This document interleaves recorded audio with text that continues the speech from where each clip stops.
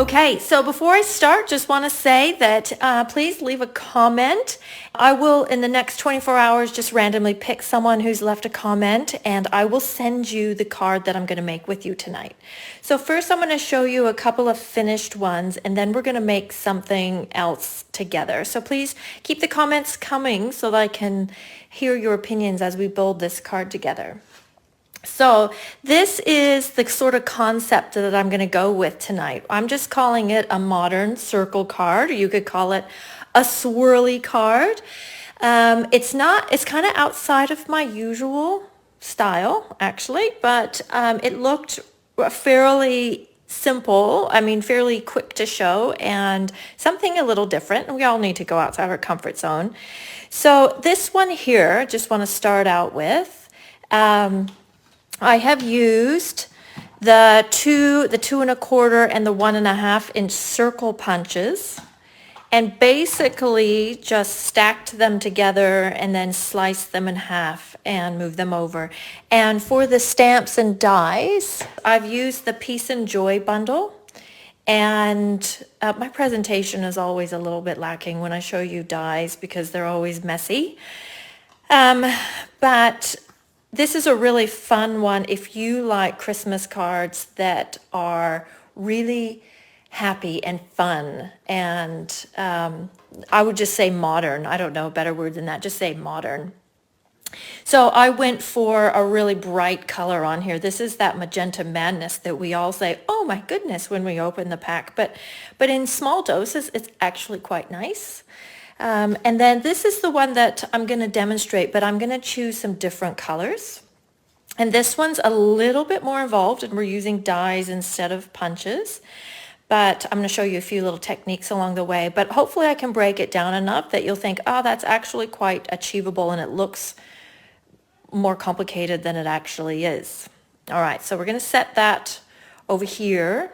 Let's see, I'm just trying to see what's in the camera over here. And I have written on my paper here some little tips that hope maybe you could take a, let's see, are those showing? Yes, they are.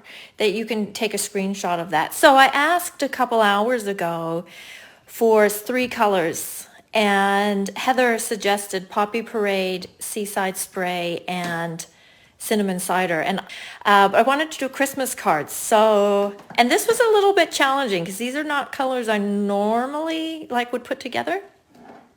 So I decided to go with the Poppy Parade and Seaside Spray, and then the cinnamon cider as just an accent color. Let me just grab my pieces. So I've chose the Seaside Spray as my base. Now, of course, if you mixed these up and did like a Poppy Parade base, it would look totally different. So have a play with that. And then I'm going to put a piece on top of the base that is embossed. Now, you could just emboss the actual card. And sometimes people ask me why I don't do that. Because embossing actually weakens your paper, which isn't a good or bad thing. It's just a fact. And I prefer my cards to feel quite sturdy in your hand, so I just do a separate piece. Now, I chose the Tasteful Textile. I actually went back and forth and went through all my folders, but a lot of them are quite sophisticated, would be a good word, and I wanted something that was more modern looking. So I actually chose the Dainty Diamonds initially because this one could look quite modern, but then I felt like the circles and the diamonds maybe weren't the best match. So this is just really neutral, this Tasteful Textile. Anyway, that was the long explanation of why I chose that one. But I'm going to do a little bit to it before we stick it on. I'm going to use my Versamark. Now, if you have soft sea foam, hopefully I didn't say Seaside Spray earlier, it's soft sea foam. If you have that ink, you could use that, but I just wanted to show you using your Versamark because if you have Versamark, you can use it on any color cardstock. I did this in my Facebook Live in my customer group last week, but I'll show everyone as well. So if you just use a little bit of Versamark around the edges, that will sort of darken the edges as well, and you don't necessarily have to have that exact ink pad. Of course, I would say get all the ink pads, but you know, maybe in case a friend has borrowed it or something, you can just use Versamark. Now, the other thing I want to do is put a little shimmer spray on it. On this one, I put shimmer spray over the whole thing. It might be a little bit of overkill. You can see how very sparkly this is. So the shimmer spray is the Frost White paint. It also comes in champagne, which is a little bit misleading. It's basically like a nude color, like a neutral. And then I've mixed it with just isopropyl alcohol. Now in New Zealand, isopropyl alcohol is expensive and somewhat hard to find, but if you live in the US, I know it's very cheap and you can get it anywhere, but it is around. I actually found this in my fruit and veggie shop, so you never know where you're going to find it. So I've just done that in our little spritzer, and I'm just going to spritz my paper here, and I'm just going to give that base a shimmer. But now, of course, my hand and my entire working area is shimmery, but I'm actually okay with that. Now, I'm going to go ahead and adhere that to my card. And I've basically made this the same size as my card front. And so whatever country you're in or whatever card size you have, just make it the same size, or, you know, just tiny bit smaller. Although when you emboss it, it will go a little bit smaller anyway. I agree, Karen, never be too sparkly. Now, then for our circles, I tried to make it really easy by making you this list. I'm using 2 sets of dies. First, I'm using the stitched shape framelits. Now, there are squares and ovals in this set as well, but obviously I'm just using circles tonight. And I'm using the smallest stitch circle and the third one, or the second largest. So number 1 and number 3, if you count them that way. These two, and I chose to cut those ones out in white, or whatever your neutral is. Maybe just do that to start with, and then you've got a pattern. And then you need the layering circles dies, or if you have lots of circle punches, you may be able to use that. And rather than trying to tell you which ones they are in the pack, I've just written down the measurements. Now, I still use inches, so either you'll hear my American accent or you'll think that I'm just a long-time Kiwi, but most people who do metric can convert it to centimeters if you prefer, but those are the sizes in inches of these 3 circles. So you need to cut the smallest one, 2 of them, in your 2 colors. So you see here I have Coastal Cabana and Shaded Spruce. You need to cut the 2 5/8 or the second largest circle in both colors as well. And then you need to cut the largest one, the 2 7/8, in your accent color, in one of the 2 colors, just one of them. So basically, you'll end up with a little pile of circles that's going to look like this. So that's all of these. And you can decide your colors. Now, I'm just making this on the fly. I have not made up one already, so hopefully this will turn out nice. I'm just trying to place these so you can see everything, and I'm not covering those up. And I'm going to grab my glue, and I'm using glue because I want to be able to wiggle it a little bit. So we're going to make this section first. So if you think this is the bottom half of the card, we're going to make this first. And so I'm going to take my largest, in this case I'm using Poppy Parade, or take your largest circle at 2 7/8, and you're going to adhere on one of the 2 5/8 circles, and then you're going to put on your stitched circle, and then the 1 5/8 circle that's going to match that back one, whatever colors you're using. And then for the top half of the card, we're going to do the same thing, but we're only going to do 1, 2, 3 layers instead of the 4 layers. Now, I would love to take credit for coming up with an idea like this, but I actually looked at probably 10 different samples of this type of style and just kind of came up with a design by kind of melding some different ones that I liked. So you're going to end up with these two funny looking sort of eyeball things. And then you're going to grab your trimmer and we're going to cut it. You can cut it in half or a little bit off of half. Now, it may not cut through all of those, but it doesn't matter if it doesn't. You've got enough of a mark there that you can use your scissors from there, because it is 4 layers, that one. Okay.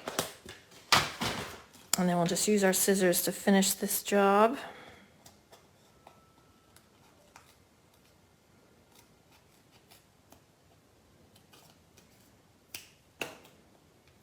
Okay. Now, I'm gonna have to work that out. We don't need those pieces. So I'm gonna adhere this piece on. Actually, I'm kind of liking this. And what we wanna do is match up those white ones. And it should go across your card just about perfectly. This is probably also why we use glue. Oops, not that much. So we can kind of wiggle it a little bit. And then we're gonna take this piece. And if you match up the two white ones, yeah, you can go a little bit off because we're going to cover that center bit a little bit. There. So you've got this funny looking thing, but once we put everything on there, it will look better. And then this tiny white circle, this smallish stitched circle, we'll just put that on, and that just kind of finishes off this edge. And it's just enough that it will cover that edge and it will cover that little join there as well. So it just finishes that. Okay, we did that successfully for you. So now I'm just grabbing my embellishment pieces. So I want to use, there in that stamp set, let me grab that again. We have Bright, Joy, and Peace.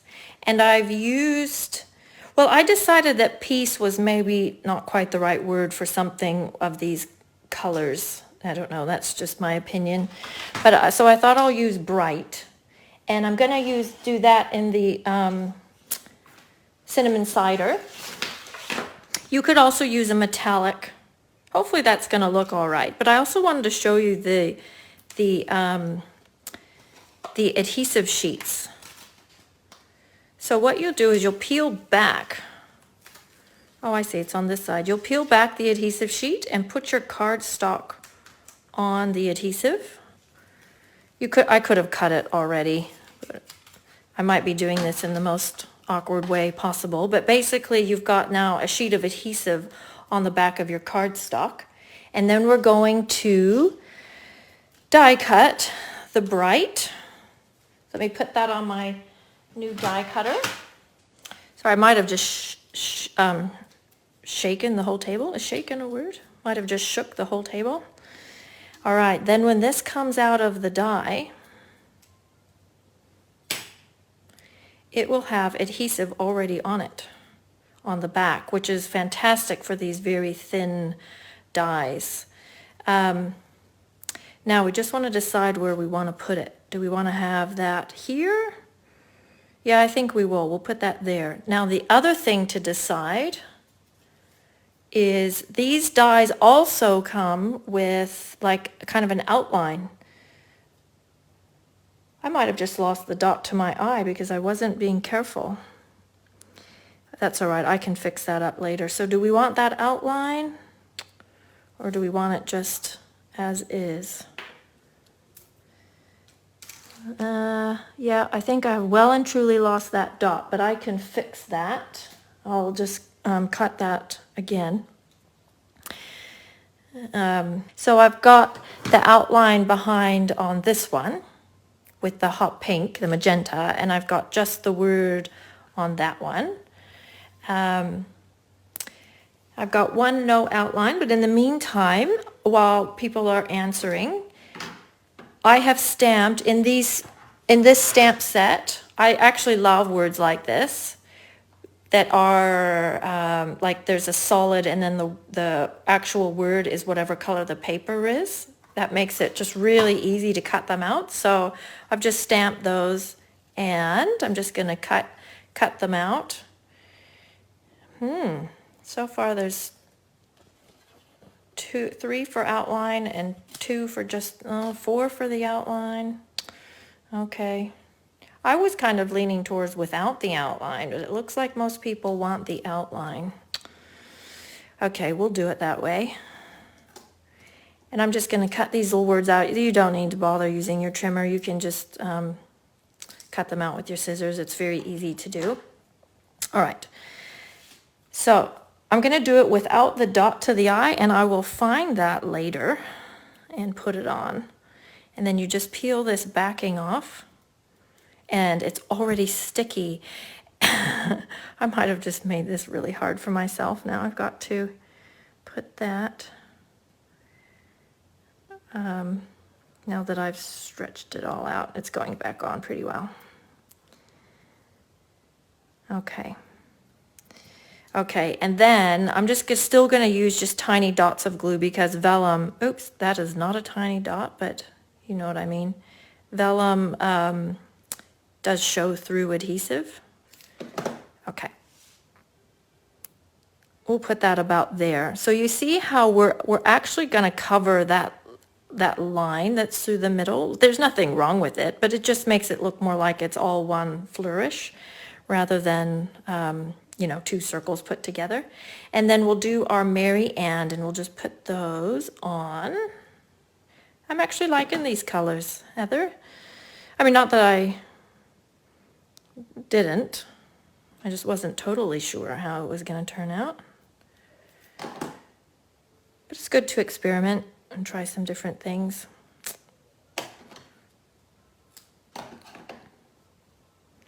There we go. Now, for the fun bit, we're going to embellish. So I'm thinking gold goes okay with this. Yep, I could do that. Oh, I could. I'm going to take Sue's suggestion and use this little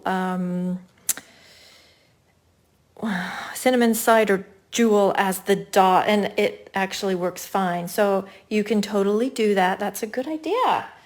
For if you lose it, because the thing is tiny. I'm thinking it's this right here. It's really small.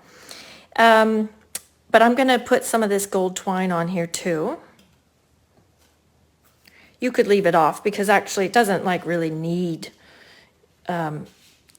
anything here, but I like a bit of sparkle, especially on Christmas cards. Now this twine, while it is stunning and beautiful and wonderful, it is slippery. So that means it unravels. It also means that it will come undone somehow. It's sort of like how your necklaces get tangled at night in your jewelry box. It just sort of works itself undone. So I strongly recommend that you get a glue dot. I'm having a time of it. Get a glue dot and put that underneath that knot just to hold that twine down so it doesn't unravel. Okay, and then I'm going to go ahead and just unravel it so that you get sort of a tassel-y type look like that. Okay, something like that. Beautiful. I might make that glue dot a little more hidden, but I can fiddle with that once I've turned the camera off too. I actually quite like it with the gold on there. Now, I think though we need to bring the gold through, and these gold gems, I use them a lot because it matches with the hoops, it matches with the twine, it matches with the gold foil. They're just really great. I actually was gonna bring out in these Whale of a Time sequins. I know some of you, those are too blue. I was thinking about if these would look all right. Oh, they don't look bad. I think I'm going to stick with the gold though for these. So I'll kind of just copy this one over here. So something like that. I might put that one over here because I've got that one there. And, Oh, and I've got words there. That's all right. I'm going to put them there and there. Yep, I'm happy with that. All right, what do you think, guys? I think we did pretty well. So that is just a really easy example for you. So basically what you're going to do, just run over the technique, is just create 2 piles of circles. Let's be really technical here. 2 piles of circles, cut them in half or sort of 2/3 and put them together. And it does work out well if you have 2 circles that are the same size so that they can join together. So you've got that swirl sort of a look. And I like having that same color right there. So you've got that kind of a feeling to it. All right, so just a reminder, in September, if you place an order with me, I have 12 video tutorials, all using the Playing with Patterns suite that I'll send you for free. And you can order by either contacting me on Facebook or email or however you prefer to contact me, or go to stamphappy.co.nz/shop. And thanks for joining me tonight. Be sure and leave a comment, and I'm going to send this card to 1 lucky comment person. All right, have a good rest of your evening, and I'll talk to you next time. Bye-bye.